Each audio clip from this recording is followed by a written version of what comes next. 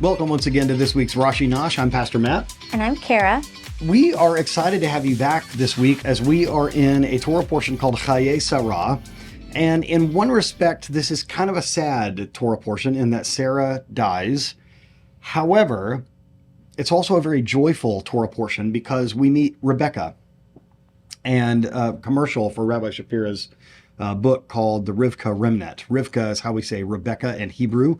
So it's the Rebecca Remnant, and how someone can take the Rivka journey, the Rebecca journey of knowing the depth of their faith, to understand the Jewish background of it, that it's like taking a journey that Rebecca has to take with Eliezer to go and marry into the family of Abraham. So, little commercial for Rabbi Shapira's book. It's really good, especially if you're a Christian. You ought to check it out. So, we are talking this week about something that Rebecca does as far as an act of service. In our family, you know, my dad's a pastor, your dad's a pastor. We have been for many, many years in both of our families, people who are sort of around the church and doing things around the church, behind the scenes, when people aren't there, before people get there, after they've left. Especially when you pastor a small congregation, your family, that ministry family, the pastor's family, does a lot of that type of work. And that was one of the things that I was really impressed when we first met, because we had this shared value of leaving a place better than how you found it.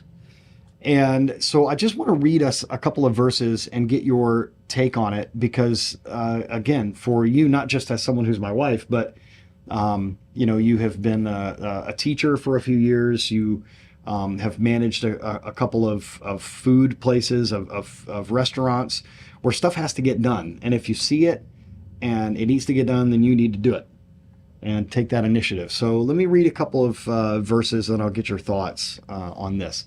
So Eliezer is praying and he says, "See, I stand here for my master Abraham. I'm by the spring of water, and the daughters of the townsmen are coming out to draw water. Let it be that the maiden to whom I say, 'Please tip your jug so that I may drink,' and she who replies, 'Drink, and I will even water your camels,' her will you have chosen for your servant Isaac, and may I know through her that you have done a kindness with my master." And here's what Rashi says. Rashi says that in that she will perform acts of kindness, and through that be worthy to enter the household of Abraham. Because Abraham was a person that did things for others.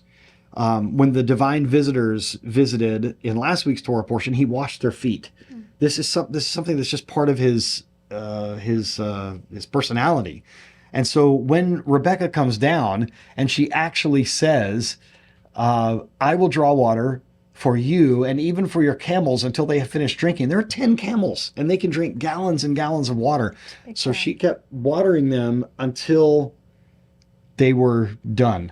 So for you, being a part of a ministry family and being a woman, maybe having a different perspective than me, how do you feel about doing these types of acts of service and our responsibility as believers of leaving a place nice? I mean, I agree. I think that that's important. Like, what if I've noticed that if we are somewhere, and you tend to be more observant than I am, maybe it's because you're a woman, but you might see something out of place and you just take the responsibility of just picking it up, of just not waiting for someone else to do it. But if you see something, some trash on the ground or whatever, I notice this about you. You just tend to pick it up.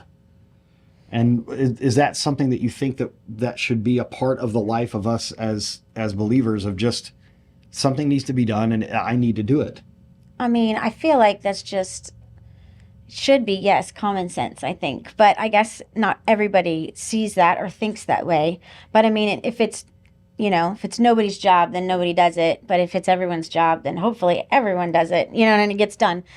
So I think it's a good habit to get into, whether it's in public or even, at churches, not church, but at anywhere you are. Any congregation. Yeah, that you assume that it's all got to get done. And if you aren't pitching in to help, then that means someone else is having to shoulder the whole burden. And it's just kindness, you know. It's just it's a fruit of the spirit. Well, let's take it a step farther from that. What I really respected about you when I first met you, your sister, your mom, your grandmother, the women in your family are not shy about doing work, like labor. It was not an easy thing for Rebecca to draw water for all these camels. And I know that that's because you're that way. Our daughters are like that. How do you think that plays out as far as being a woman to not be to not shy away from doing something physical? We've joked many times in teachings that I've done about how you own a lot of tools. You do a lot of stuff around our house. You're not afraid to do like physical, like manual stuff. Do you think that more women can maybe be brave to do those kinds of things, like to say, I don't have to wait for some man to do it. I'm gonna water these camels, something like that. I mean, I feel like she was probably used to that kind of task, so I'm not saying that people have to, necessarily, take on things that they wouldn't normally take on. But I mean, worst comes to worst, you try it and you can't do it, you just try again, or you just say, never mind, I can't do that. But I think it was just a good show of character for her that she was willing to do that, to take that extra step, not only give him water, but to water the camels. And I think that was probably a good sign for the servant too, because, you do, when you're finding a future mate, that mate is marrying into the family. And so if that family has a certain set of values, then you want, your child's spouse to also kind of fit, and to be able to jump right in and not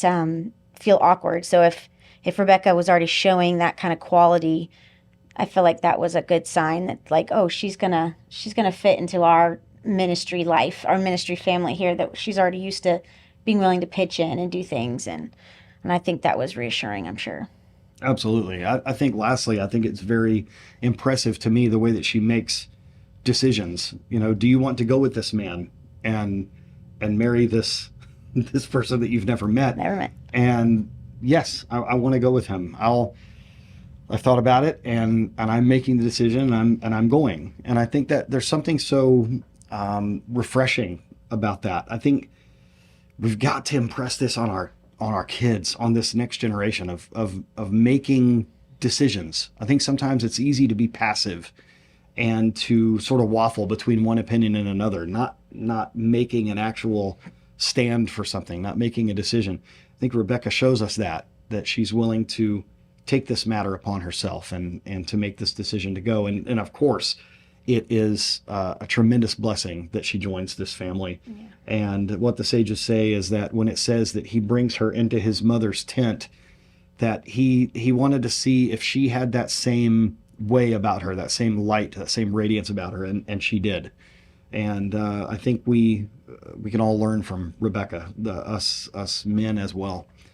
We hope and pray that this has been a blessing to you this week. Do something for someone that is manual. Do something service-wise for someone this week, and see what kind of blessing you feel from literally doing something. You might not water 10 camels, but you might help take out the trash for someone. Thank you for joining us on the Rashi Nosh this week. We'll see you next time. Shalom.